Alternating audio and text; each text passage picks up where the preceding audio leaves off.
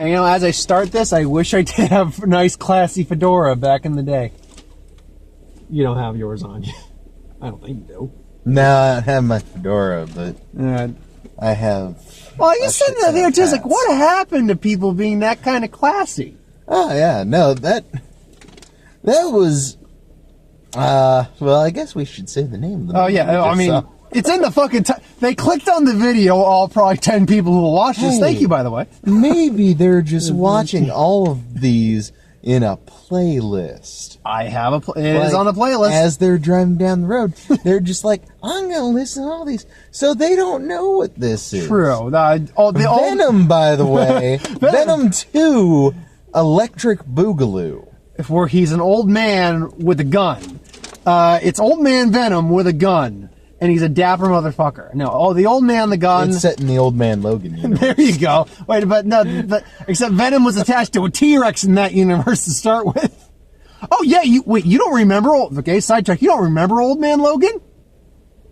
No. While him and Hawkeye are driving across the country, the Venom symbiote attached to a T-Rex that escaped from the Savage Land, and they were being attacked by T-Rex Venom symbiotes. It was an awesome tale. Horrifying. Anyway. Yeah, but the old man and the gun, which is a completely different thing entirely. Robert Redford's supposed last film. According to him, he's going to hang up the spurs, as it were, retire from at least acting. Probably will still direct, I'd imagine. But he's going to pretty much retire from acting after this one. And, you know what? As a film to go out on, this one feels right. I'm, in some ways, reminded of when we saw Sully. A couple years ago at this point. At least 2, I think. When we saw that, and after getting out of it, we were just like, you know what? That was just a good wholesome... Like, there's not a lot of action. No. You know, there aren't any explosions or anything where you're like, oh my god, what did I miss? When you step out for a second... It's just really... It's just a story that's doing its thing and telling the story as it's going along. It's a decent story. The kind of story where you're just willing to sit back, relax... And watch it play out. Watch it, and be like, okay, that's kind of cool. I mean, it's a story. Apparently it is based on again, based, not 100%. And they even say mostly based on a true story in the beginning. I think I've heard of several stories along these Tucker lines. Forrest, who apparently... He was a career criminal. He never hurt anyone, though. Even though he had a gun, he never shot anyone, supposedly. But he just, as I think they put it, like, this is his lawyer at the time asked him, it's no way to make a living. He said he's just trying to live. When you find the thing you love doing, you try to do it to its fullest. And that's apparently, he loved robbing banks. And he did it with a wink and a smile. I think that was part of it. And also, I think he also just really loved the chase. That was it. He loved the game. Like, that was it. He didn't love the money or anything else. He loved just the excitement he got from doing all that. Yeah. And even the part where he breaks out of prison. Yeah, he said he broke out 16 times. And they show you briefly in a little montage all 16 times he did it. Except for one. Exactly. Where it's just him on a train. Oh, yeah. It's like, can't remember. I can't remember where this one took place, but anyway. I mean, every actor in this, you were saying you were recognizing actors from other things. A shit ton of different things. I can't remember all. I mean, it's got Tom Waits. Actually, I think I remember one of them. Oh? Do you remember Maximum Overdrive? Yeah. Oh, was he the old guy that was in the office smoking the cigar that had all the guns in the basement? No, that was played by, if I'm not mistaken, the guy who played Commissioner Gordon in the Tim Burton Batman films. Yeah. And in the... I could have sworn I saw him somewhere in there. I'm sure he might have been in there, but I didn't see him. But, I mean, Robert Redford has his minor crew. We have Danny Glover and Tom Waits, of all people. Well, I get the impression he met up with them later down in life. Somewhat recently. I wouldn't say recently, but probably... Within maybe last 10, 15 years. Yeah. And they go around and they have the routine, and basically they're gentlemen criminals. Even the people that they rob basically say, well, he was really nice. It's like, yeah, but damn it if he wasn't charming. He seemed happy. Well, yeah, he looked like this. Yeah, but, well, he seemed happy. Yeah. And Casey Affleck is essentially the cop who's trying to find him. And he just comes off as this burnt out. I don't know if it's just the way Casey Affleck is, or if that's the type of how he's portraying the character. I think that's partially how he's portraying the character, because I'm pretty sure he works in the sheriff's office. Yeah. So I think that's part of it. And they make a note at the beginning that it's like he turned 40, so I guess that's when the midlife crisis for a lot of guys kind of kicks in. I don't think that was part of it. I think it was just the fact that, that's just kind of how a character like that would be. I get the feeling that he just feels like he's unfulfilled. Like, all his work, he's just not doing anything worth his time being in a police station. Because he even gives a comment, it's just like, he talks to his wife at one point saying how, it's like he's trying to fix a problem that keeps breaking or something along those lines, and maybe he's considering quitting or something. What would you do? I don't know, but, so, I don't know. I think it's like a combination, I think, because you get the impression that he is burnt out on some level. I will say, there is also, because we get a montage of him sitting in the police station working on this. Yeah. And in one of the bits of the montage, the whole station is in a frenzy. Mm-hmm. But he's still sitting at his desk working on this. Yeah. So I think he was very enraptured by this, because for the same reason the movie is decent, is it's just wholesome. That's it. Robert Redford is one of the most charming, most dapper sons of bitches I've seen in a while. Well, I mean, is from point of view of the detective, is here's this old guy going around robbing banks. He's not hurting anyone. Nope. He's just taking some money. No, yeah, they're not even robbing the entire bank. At one point, they steal a whole fucking suitcase of gold. And we have no idea what they actually do with it, if anything. I have no idea. They probably split it up between them, but Robert Redford just gonna put it in my cubby, and that's it, because that's all he ever did. That's all. Pretty much, he has some money for walking around, buying some food and stuff like that, and gas probably. But the rest of it, he just keeps in the floorboards basically, and you see how much money he's actually saved over the entire time he's been doing this. And for the time, 1981, I believe, it's a lot of money. Well, keep in mind, he's been doing it across the country. True, that's a good point. And since he was 13 years old, he started by stealing a bike. The timeline they're giving is since he broke out of San Quentin, basically. Yeah. So from California to Missouri, he has been hitting up banks all along the way, where he's just doing the same thing. And I think at one point he finally got a house in Texas. It was across from a cemetery. I remember that. Yeah. It's like, is there a reason that you got a house? They said, no, not really. It's like, you sure? Yeah, very sure. There's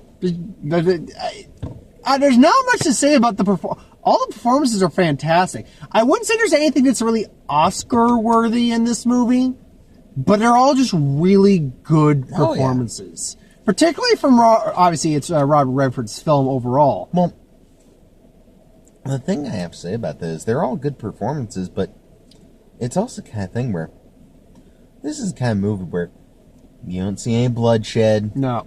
Oh, no. Yeah, you see a little bit of bloodshed. You see a little but blood. You don't see anyone, got with shot some of the movies or TV shows like we were talking earlier before we got on camera about, like, Daredevil and stuff like that, where blood everywhere. Yeah.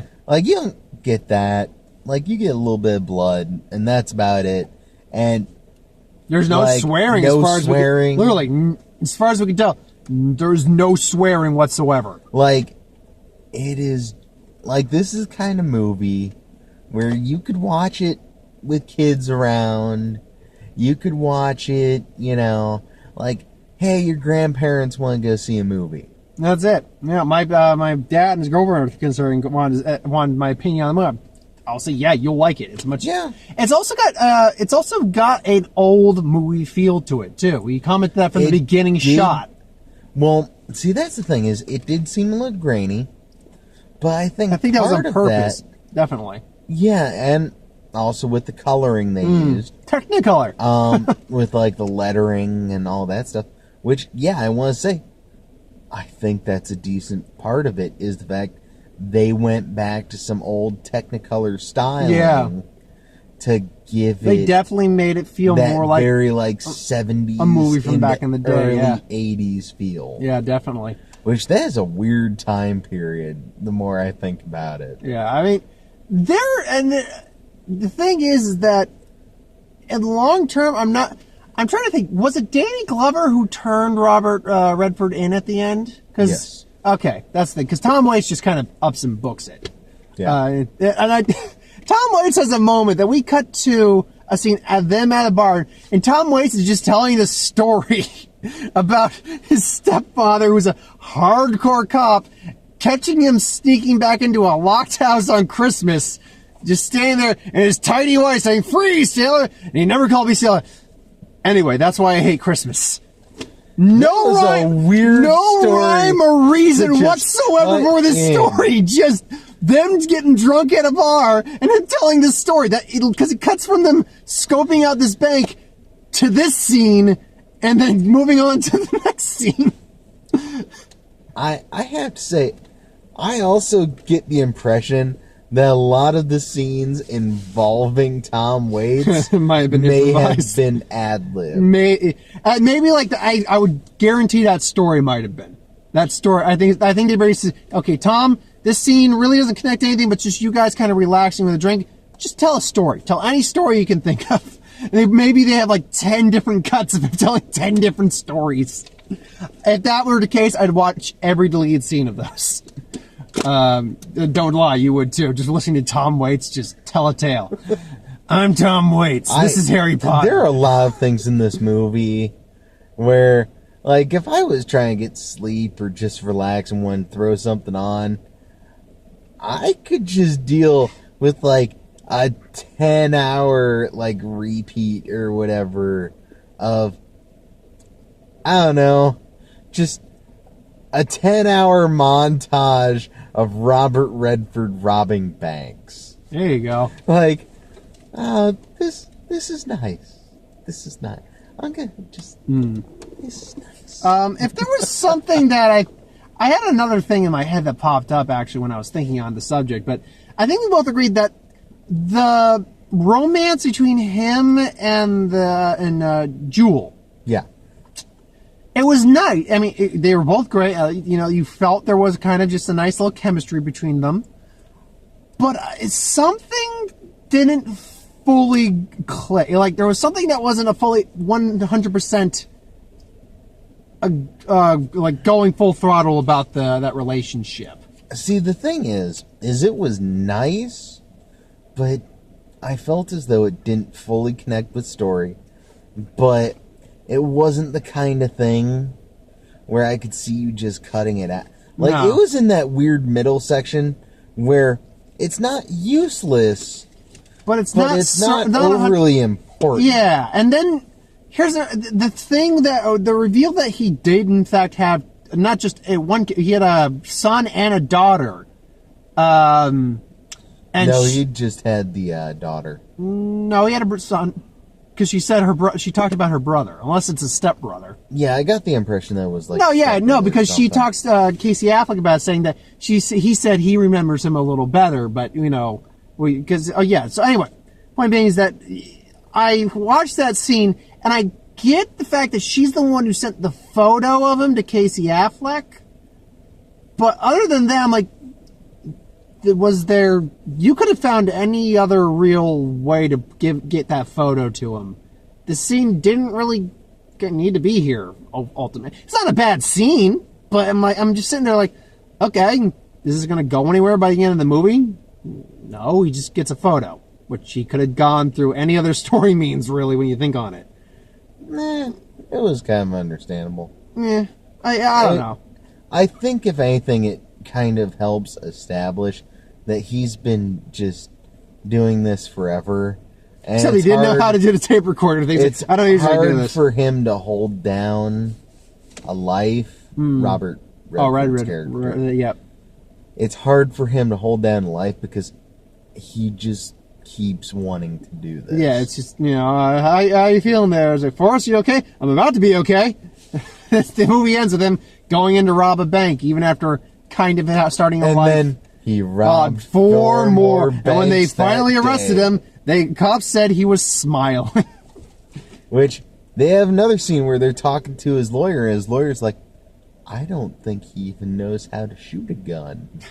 I don't think he said that, but if he said, I don't believe. I think that's half true. I don't think he has. I know he has a gun, but you know what? If he said he never once fired that gun in his life, I'd believe him. He just has that. Like the whole lawyer scene, I think is also really good. That one's because a it good also scene. establishes he's just been doing this forever. Like, this is just kind of a compulsion for him now. It's like it might actually be an addiction. Like, it might be a problem he actually has. Maybe. Which, that may be also another part where, that's kind of based on a true story. Because I've heard of that.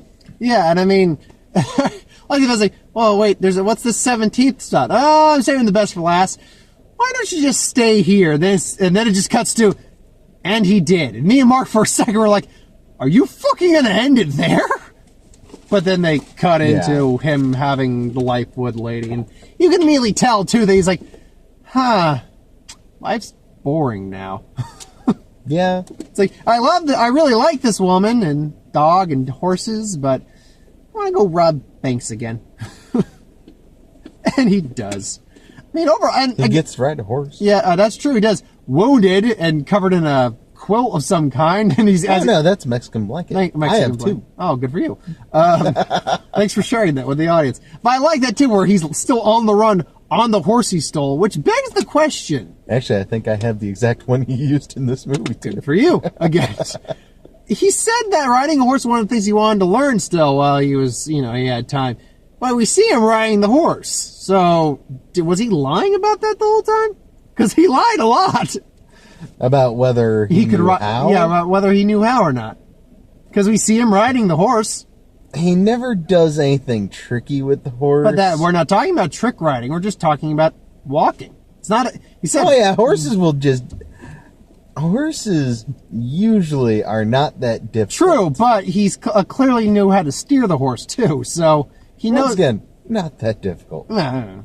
I mean, it's kind of basic. It's when you want to get the horse to do other stuff other than walk for a little bit. Stop here. Drink. Like, if you're like, hey, I want the horse to go really fast, then come to a sudden stop, then you run in some issues. But overall, I mean, I really had a nice. This was just a nice movie to be. Oh in. yeah, I had a nice time. And again, I don't know what. For some reason, that scene where he basically says goodnight to her, takes her, she goes into her house. Then he realizes like, screw it. Then she goes back to the door. He comes up, takes off his hat, kisses her goodnight, and then flips the hat back on with a smile and just walks away. I'm like, that is class up the ass, sir. I have to say also, oddly enough, I can see this being like a mild, almost around Christmas movie. I could see it coming out around that time. Not Christmas being Eve. something to watch around that time that isn't directly related. Because I will say, you see Christmas decorations in the background. Yeah, you're not 100% wrong on that, honestly. But yeah, it's not perfect, but it didn't have to be perfect. It was just a nice movie. I'm sorry, something just clicked for me. They keep showing Christmas decorations in the background, and then Tom Waits has that story about Christmas. There you go. Ties it all together. This is one of the best Christmas movies of all time. It rates up there with Die Hard. Which even Bruce Willis says is not a Christmas movie. But what does Bruce Willis know? He hasn't made a good movie in how many years now? Okay, I was going to say, you know what? Bruce Willis can be wrong sometimes. I don't know. I'd go with solid 8 out of 10. Maybe version on. I might push it to a 9, but that one might be pushing it. I'd say 8's good. I would have to say maybe around 9 or 8. Yeah. Yeah. I mean, I can't go a full 10 on it. There's just something. There is something in there. I'm like, it's not perfect. And there was like at one point in the diner, there was like some really quick editing back and forth. She's talking, he's talking. She's talking, he's talking. She's talking, he's talking. I'm like, okay, I get the style, but that's jarring. I almost could, but I'm kind of, cutting it down a little bit because it wasn't like an epic masterpiece or anything. No, it was just a nice. It was just a good, solid movie. And it's a good, wholesome movie. And Robert Redford, this is going to be your last film? I can respect that being your last film. This is a nice little film to go out on. You know what? For the last movie, I'm going to give it a 10 out of 10. Just for it being his last. Yeah, but there are worse ways to go out. What if somehow he starred in, like, I don't know, Jackass, and that was his last movie as a cameo? Would you give it a 10 out of 10 just because it was his last movie? I wouldn't count that as his last movie. Well, that's fine, but it would be. Last movie, well, where he's conscious of what he's doing. Yeah, what's Robert Redford doing here? He was high on set one day, so we just brought him on. What do you mean? He got high? Well, we got him high, but that's semantics. Well, that also begs the question, do I actually consider freaking League of Extraordinary Gentlemen to be Sean Connery's last movie and a good one? Or do you consider Sir Billy to be his last film? I don't know. I was going to go with whatever he did before League. That's a good question. I don't know. I would count League, though. Because I kind of like League of Extraordinary Gentlemen, but that's me. Technically, we walked in on one trailer, and I knew what the movie was. It's called The Favorite. It's got Emma Stone, Rachel Weisz, sorry, not Raquel Welch. That's a completely different woman. Rachel Weisz, dealing with like two, it's like Victorian era, one of the queens of England, or a queen, or a very important woman of royal persuasion, of powers. Like she's got her friend, her helper, another woman comes in. It's basically battle for who's going to be the right-hand woman. I mean, it looks okay. But the actual first trailer we got was The Front Runner with Hugh Jackman. That looks interesting. This is a very strange prequel to Deadpool 3. Wouldn't that be Deadpool 2? No, Deadpool 2 already came out. A prequel to Deadpool 3. Think about that statement. Yes. The prequel is a movie that came before it. It's setting up events that will tie into Deadpool 3. Really, all I'm thinking is this is apparently American Les Mis, because he looks a bit more like his John Valjean from Les Mis. And I'm Javert! And I'm the press! We know you had a fess! And that was good. I got my votes. Green Book, that one with, wow. Viggo Mortensen and, oh yeah, that guy was Viggo Mortensen. And, oh god, Mahershala Ali. It's apparently another one based off a true story about I don't know if he's a jazz musician. I think he's a classical musician. I completely spaced on like what the title of that movie was. Yeah, the Green Book. It looked good, yeah. But that was Viggo Mortensen. Oh yeah, it's Viggo fucking. Wow. You want to talk about a method and powerhouse actor? The Viggo Mortensen will gain the weight, he will lose the weight, he'll do all that kind of shit, man. He looked so pretty once upon a time. And he can look pretty again. Let's not fool ourselves. Oh, that looks good. Yeah. So yeah, what do we do with the bones? This. Aha! Throws the drink at. Come on. It's like, oh, come on. The squirrels would have eaten it anyway. Good movie. I'm going to skip that one real quick because that's the one I'd like to talk about more than anything else. God. But, actually, fuck it. We'll talk about Hunter Killer right off the bat here. Hunter Killer, we got the trailer for that. That came out tonight. See, usually you stop the trailers when the movie comes out. Well, yeah, but that may be on Cinemark. Well, the thing is, as far as I know, no one has been buzzing about this movie, good or bad at all. Just no one has cared to go see this movie. Look. But you lean over to me and go, why aren't we seeing this? I mean, this is what we saw was a great movie, but... Oh, yeah. Yeah. Well, no, it was the kind of thing where I'm like, why aren't we seeing this? But in the same vein of... You know it would be shit. It looks shitty. It looks like Which it's sucks, gonna be bad. because it's got Gary Oldman, Gerard Butler, Common, so it's got a good cast. It does look mildly cool. And it's been a long time since we have gotten a cool submarine movie. True. Last one, That's and kind it's of what we're Cold going to War close out esque. on. What women... I'm sorry, no, not what women want. That's a good movie. What men want. The complete gender swap of that. And it's really fucking sad. You talked about it, briefly brought it up, but it's really sad when the actually more respectful version is the one that has Mel Gibson in it. Hey. This movie just seems really fucking offensive To everyone. To just everyone. It's sexist. It's probably misogynistic too. because one, It's painting guys as just assholes. Everyone's just an asshole. Except that it's one guy painting- she'll end up meeting. and it's painting women as just, oh well, I have to know what men want. And I mean, and that's the thing. The difference between the original, because I don't think I ever saw I saw a lot of it, but not all of it.